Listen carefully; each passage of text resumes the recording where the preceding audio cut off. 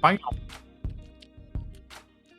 Hello. Hello. Oh, go ahead. Oh, I'm ready. Hello, and welcome to the Even Me podcast with your girl Kim and More speaks.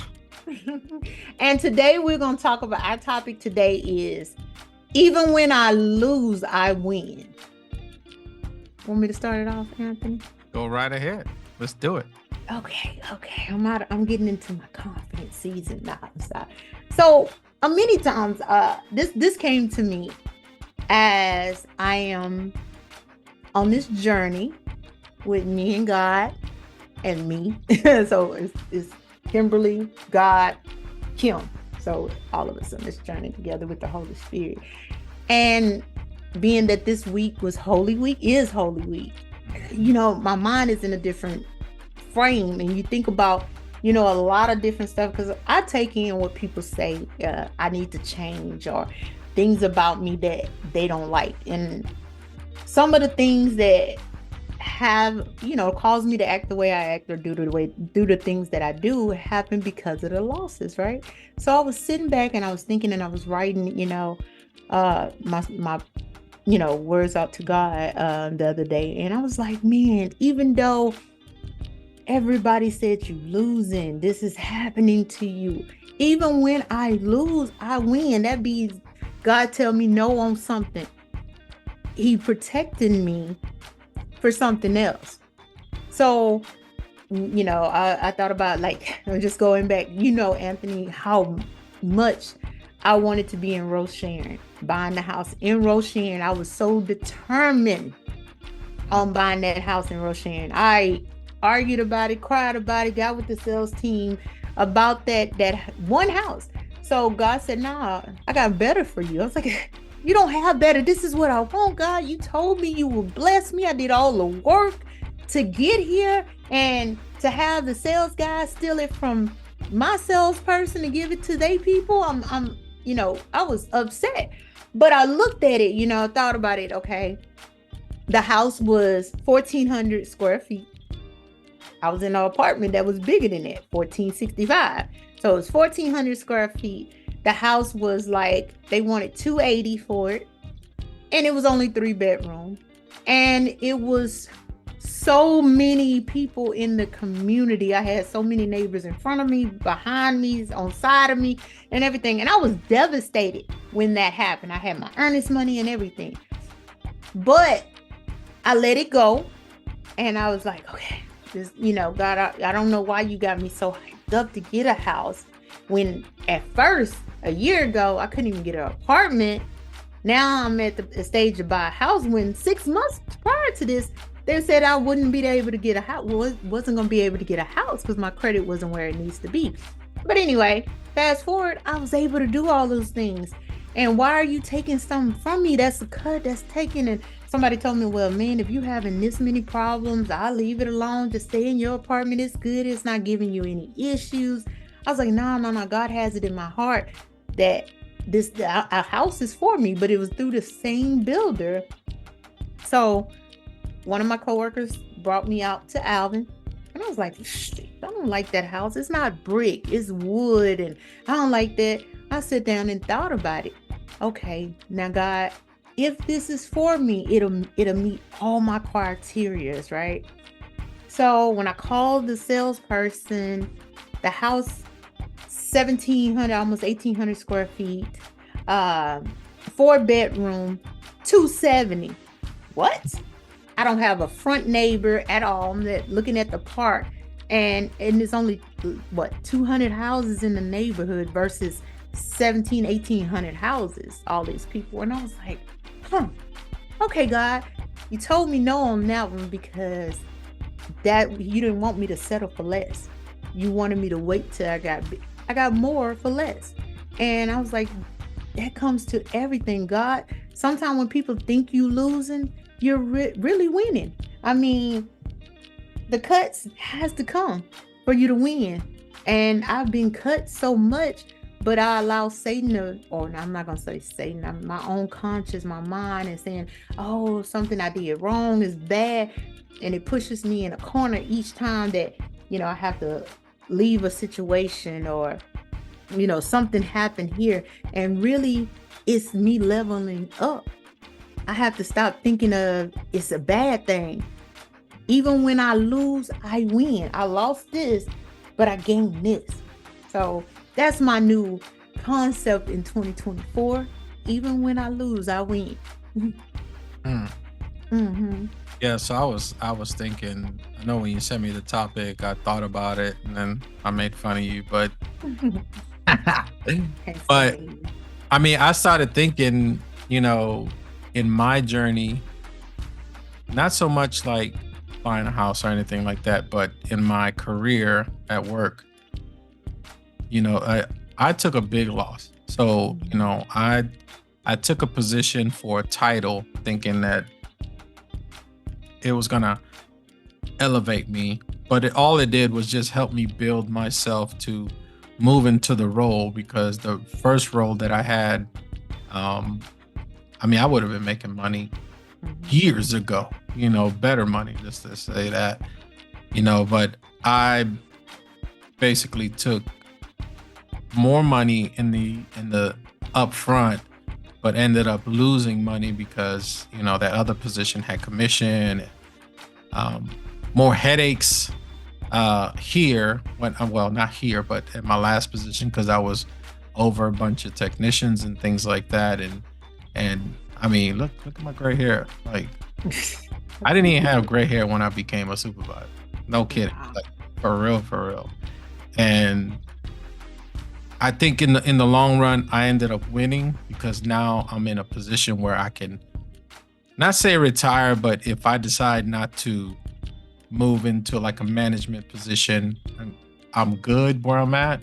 Mhm. But of course, everybody wants more money, so of course I'm going to look for more money, hopefully within this department and just move up a little higher or move up the next step in this role. But I think now for the last 2 years, I can feel like one. I mean, I do a lot of work, a certain way. I do more clerical work, Mhm. now than I ever did before because now it's like I'm talking to owners, I'm talking to lawyers, I'm talking to way more people than I did before. But I did have, a bunch of techs that I was dealing with. So I dealt with them, I dealt with customers at that point. But I feel now I'm less stressed. I do maybe half the amount of work in the field as I did before, but now I'm like I think I'm not gonna say in cruise control because anything can happen, Mhm. from now to tomorrow. God can say, it's your time, come with me. Mhm. But I think I'm in a position to where I don't know. I've never said I said this before maybe one time when I was gonna start another business and basically I told people that I was gonna retire. And I basically I was gonna just like quit and this is when I was single. I was gonna quit and just do my own little business and just move on. But I think now at this point I feel that I I could retire, in this position and just keep going. But I think now, it's the best time for me to like elevate myself and maybe even open up a business like I said I was gonna do. Try turn one of these stupid hobbies I have into a moneymaker. Like my fiance tells me that I got like Mhm. 50 million hobbies. Oh yeah. Not one of them's paying me. So that's how I feel about that. I think it's a good comment. That quote is a good quote. And Mhm. I think if you see it, if you're optimistic, you see it with the glass, half full and not Mhm. half empty, and you see, like in your case, you won. Yeah, you lost the house you wanted, but you gained a better one. And when we was house shopping, you know, house shopping was horrible because like it was during COVID and like we couldn't win for losing. There was so many houses like we put bids on, we put earnest money, and it's like people would come with like cash or something and like buy Mhm. it pretty quick, or People from California, they sell their little 900 square foot home for like Mm-hmm. 400 grand and come over here, and buy a house outright because they can do it. Who's not going to take a cash offer versus dealing with a whole mortgage company? Yeah. Someone's going to take a full cash offer. So, I mean, I got it. And then I felt fortunate because in my case, my cousins out in Delaware, they were house shopping. And I mean, I think I went through like 13, 14 houses that we thought maybe were what we're going to want, but we put earnest money on maybe like 10 of them and ended up getting neither one of them until we got this one. But with them, they did it like 20 plus houses. Like Mm. they got turned away so many times soon as they were trying to put money on. And this is like Delaware. That's the taxes are better, but the everything costs more money. So I think, in the long run, you and me both came up on top with our situations, but I mean everybody's situation is different too, because they may have lost a few, but they're not in the winning side of it yet. You know, we actually won Mm-hmm. this And see that, round. yeah, they may not see the winning side of it. They may. This is the thing I do understand, that sometimes God has to step, knock us back because some things we do that, and I see it every day. Like this self-absorbed people, all about the flashy, and this is I like this story. Bill Gates, right, billionaire, right? This man held up a line for a 50 cents coupon. You got billions of dollars and you held up a line for a 50 cents coupon because he know his priorities are straight, and he knows what it's like to lose and what it's like to gain. Now some people be like, oh man, I'm going through this and I went through this. Sometimes God have to shake you up, baby. I mean, all these people, oh, I got to wear the new Tory Burch or whatever, or I gotta be riding in the new, Maybach or whatever it is. But where is your priorities? Where is your heart? Who's first? Because they said we will see what they talked about in the beginning of the Bible, right? When they idolized the false god, that daggone golden cow. That's pretty much what's going on now. And going back to your story, you say you made less money. I mean, you could have been making more money because you took it for a title.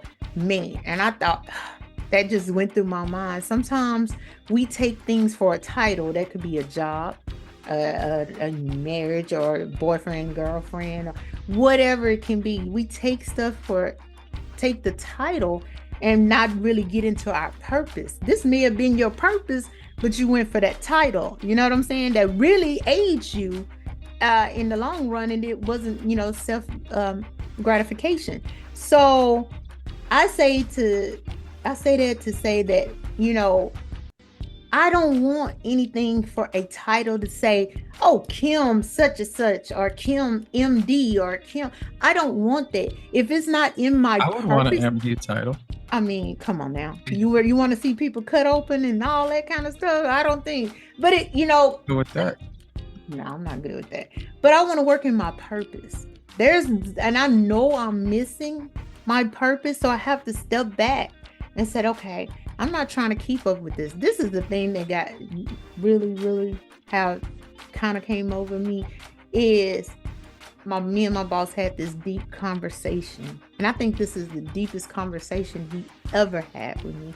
And he said, you know, we can go get all the fancy things, all the titles we want, right? But what are we doing for God? Now we can say we read the Bible. We can say, oh, God know my heart. We don't go to church, but I go to church, every so often, or, whatever.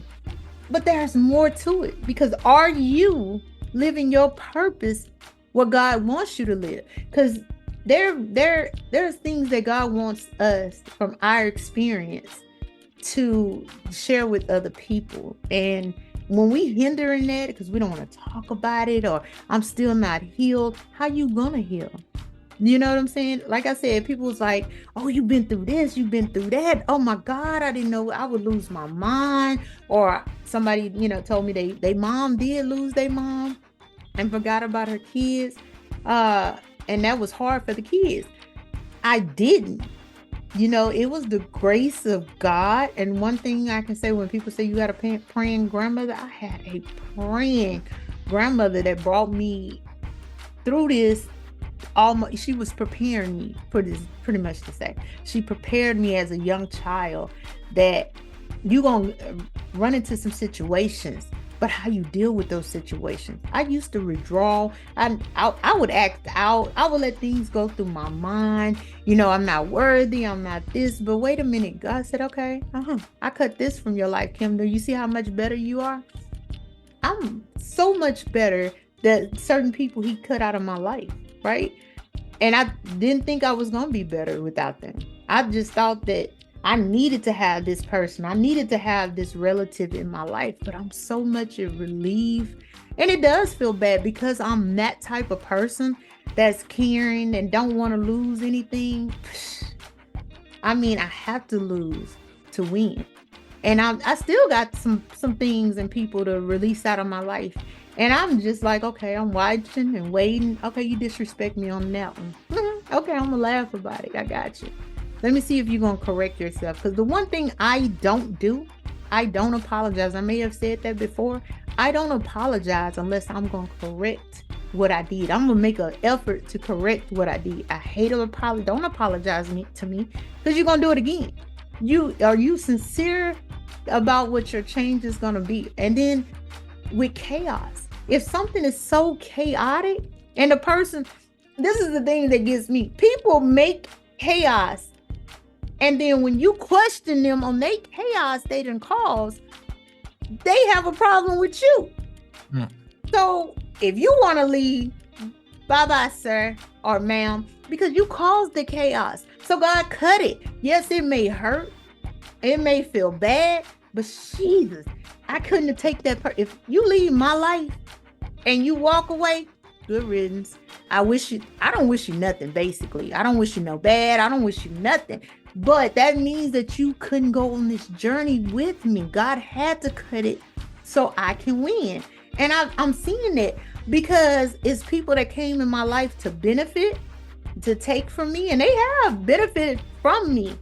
And then they go off and leave. So what that teach me? It doesn't teach me to not be a caring person or not, give wisdom to another person or knowledge to another person. That doesn't stop me. But I have to know that some people come to drain you. That's all they do. Some people don't even think they do that, and they do. Some people come to cause you harm. This is the thing. I was like laughing with one of my coworkers, and I said, damn, I work with all guys, and me being a single woman, sometimes, and this one here, we call him Wolverine. You know who he is. He always compliments me, and it's not a flirtatious thing, but he know it is. That's what I'm saying. God put in him to know that when somebody needs to hear that. I done had a terrible week. Everything that's going on, I'm fighting. And that person just, hey, Kim, you're looking beautiful today. Hey, Kim, I like to see you smile. Something nice. You know what I'm saying? Yeah, I don't. I've never seen that dude mad. Everybody said anything about me calling him Wolverine. Like he's always like upbeat and like very, very positive. Oh yeah, we can do that. Oh, that's nice. And like I've never heard him say, well, why we do that? I don't like that. He always sees like he's very, very optimistic because I've asked him questions about other things and why he carries certain things in his truck. He's like, man, because if they don't do it, I'm just gonna do it. I'm like, yes, he's that way. I mean, and just having a conversation with him, and it doesn't have to be crazy. Can I say this? Yes. That's the kind of person you need. That's true. Maybe not Wolverine. I don't know. No. That's my brother. No. But I think someone like that in your life to be Mhm. perfect because he's a uplifting person. You know, Mhm. when a positive person and a positive person gets together, Mhm. positive things come out. When a Oh. positive and a negative person come together, you still get positive things because that unless the negative person is the more dominant person, Mhm. I think that's where the issue will lie. Mhm. But if a positive person is uplifting a Mhm. negative person, that negative person is going to get to the point and say, you know what? I'm the problem. I'm the Mhm. one causing this. I'm the one doing this. You know, and then you get the third issue. You got Mhm. a negative person and a negative person. What happens? You're you either gonna make a positive baby or both of your life is just gonna be horrible. And it happens because Mhm. I've seen it, you know, when a negative person gets with a negative person, nothing good comes out of it because they're either nagging each other Mhm. or they're either thinking something is going on, you know, underlying things, you know, we're both cheating, you know, Mhm. or I mean, it maybe it's they turn around. Maybe one person sees the other one so negative, they're like, well, I'm not that negative. I'm gonna turn my life around. And maybe they change up. But I don't know. I've seen two negative people together, Mhm. two people that they get along together, but they're negative about everything. Mhm. And I think that just makes everything else negative. That's what I've seen. But you know, like I said, maybe a change could come from that. I don't think so, but I'm thinking, you know, maybe a positive baby. You okay? Positive, baby. Woo. My eyes really open big then. Hmm. But no, it's just this is my thing now going forward, you know. And I guess because I had this conversation last week and it was deep. It was deep. You know, how many times you gonna keep letting somebody come in and cut you where you lose? You really losing because you're not gaining because you withdraw back in a corner. You're allowing them to take from you and take from you. It's like martyr comeback. Every time they got a hit, you know, the person got stunned and thrown back or whatever. Hi. Yeah, Dum, that's dum, dum, dum, dum, dum, dum, dum, dum, dum, dum, dum. Look at you. you know what? You're a butt. And no, but that's it. I appreciate the knowledge, acknowledgement when this is my thing. Friend, family, whatever. You don't have to call me every day. You don't have to call me every week. But do check on me because this is the thing. I can't coexist with somebody who don't know I exist, Mm. who pretend I don't exist. That's a good topic. There you go. Because I'm stuck this week. Oh, I seen it. But baby, they eviction papers are coming, and maybe they want them those eviction papers. They want it. You know how some people, I ain't gonna pay no rent. I'm gonna wait till they serve me my papers. Mm. Well, it's coming because I thought about that driving home today. You know what I'm saying? I don't want to coexist with somebody that don't even think I exist. Well, I can't have an opinion. I can't have a conversation. You don't listen to me, but you go listen to the other person because they look exciting. And because I don't, wait a minute, I don't have to look exciting to you right now because it's on the inside. Once God wants to reveal it, He will reveal it. But you want to see what's on the outside right there. Oh, they wearing the flashy stuff. They doing this. They in the club hopping and jopping and doing that. Okay, that's cool. That's fine. Do your thing. More power to you. Since I don't exist, we can't coexist. So, Oh, we and said I'm. that before. I mean, Mhm. all these people with the flashy stuff or with these Instagram profiles and you think they're like worth money. They're broker than a joke. I mean, half of it is it's all flaunts, you know, it's all for clicks and all likes, you know, it's not a real, you know, person. It's just a facade that we see because it's the internet life. You know, this is the Mhm. internet life. This is what you see out there. It half the time, I'd say 50% of the time, you know, it's half of what's really out there. Now, when you see people posting about food and things like that, okay, cool. But people that, you know, the flashy life, the flashy money. Look at the little girl that was the mama was a real estate agent, and she had like she was like posting money, her mama's money, and then she was like posting in some of the vehicles from the houses of the people that the mama was trying to sell the house.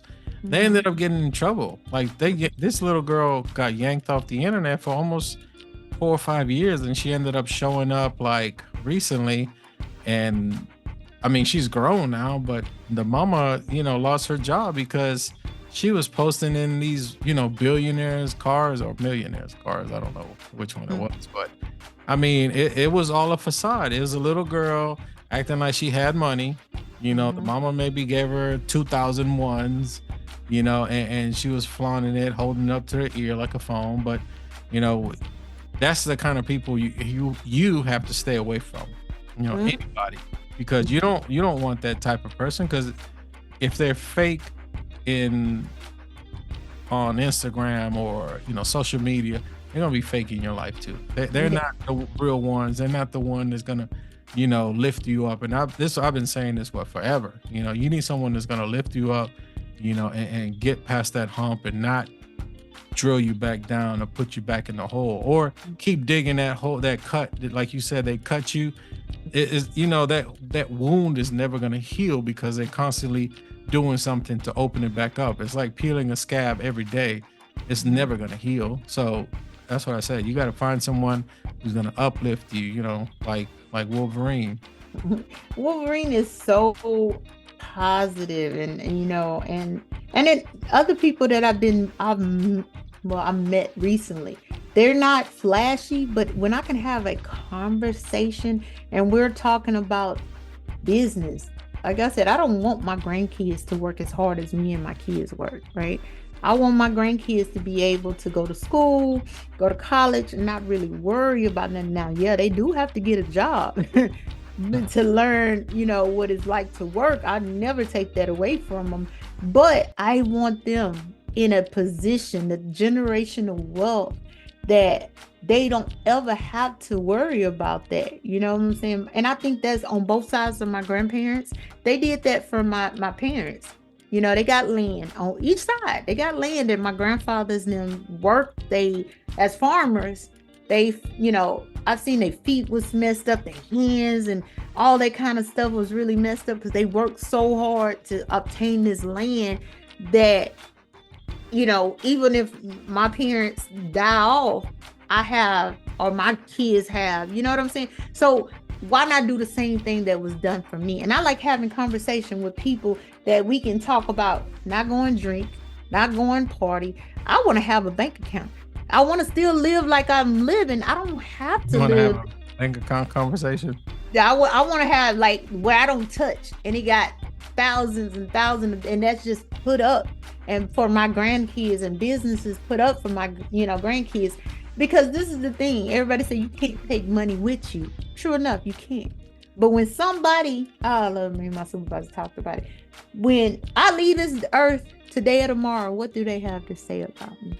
What did I do to help make something better? Like there's young women out here, young girls, right? I'm gonna say girls, that's going through trying times and tribulation. Young mothers. I was a young mother, and I press, and I like how my boys always tell me, "Mama, I'm so proud of you. I watched you, work 3 jobs to make sure we was good, that we didn't live in the hood."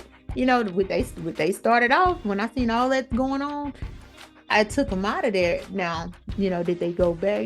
Kids, boys gonna do what they want to do when they get grown. But Yeah. they saw me work my butt off to make sure that they can live in a nice place. They can go to a nice school.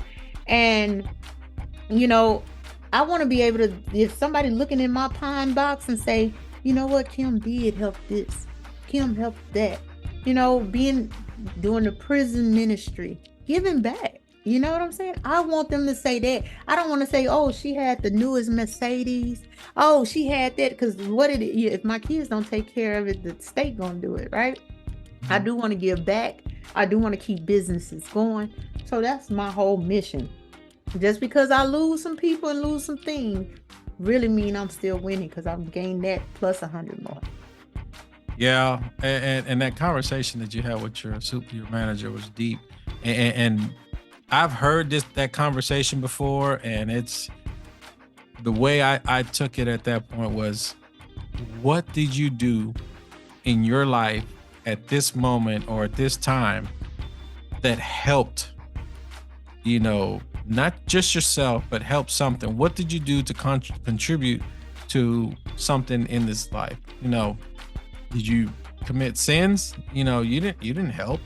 Mhm. Did you make a way, or make a path for your kids or your future grandkids to enjoy life? Like you said, your grandparents, had beat up hands and feet because they were in the fields. They were doing what they were supposed to. They were farming.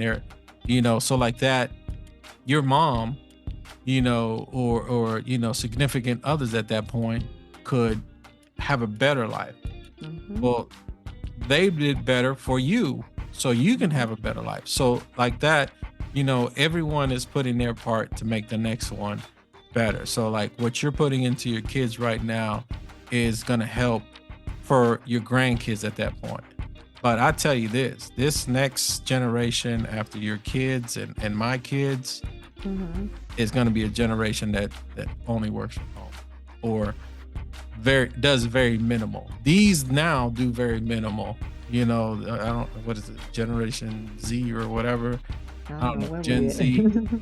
Z. They already like at the point where, and we said this before, they're at the point where they feel like everything should be given to them, Mhm. which is not going to be given to them, because it some of this stuff has to, they have to understand, you have to work, you have to fulfill something in your life right now in order to make the next life better, or the next person better, or the next generation that you're bringing up to this world. Mhm. So this has been our conversation today, with more speaks, And and your girl Kim. we are the Even Me podcast. So check us out on our socials. They will be up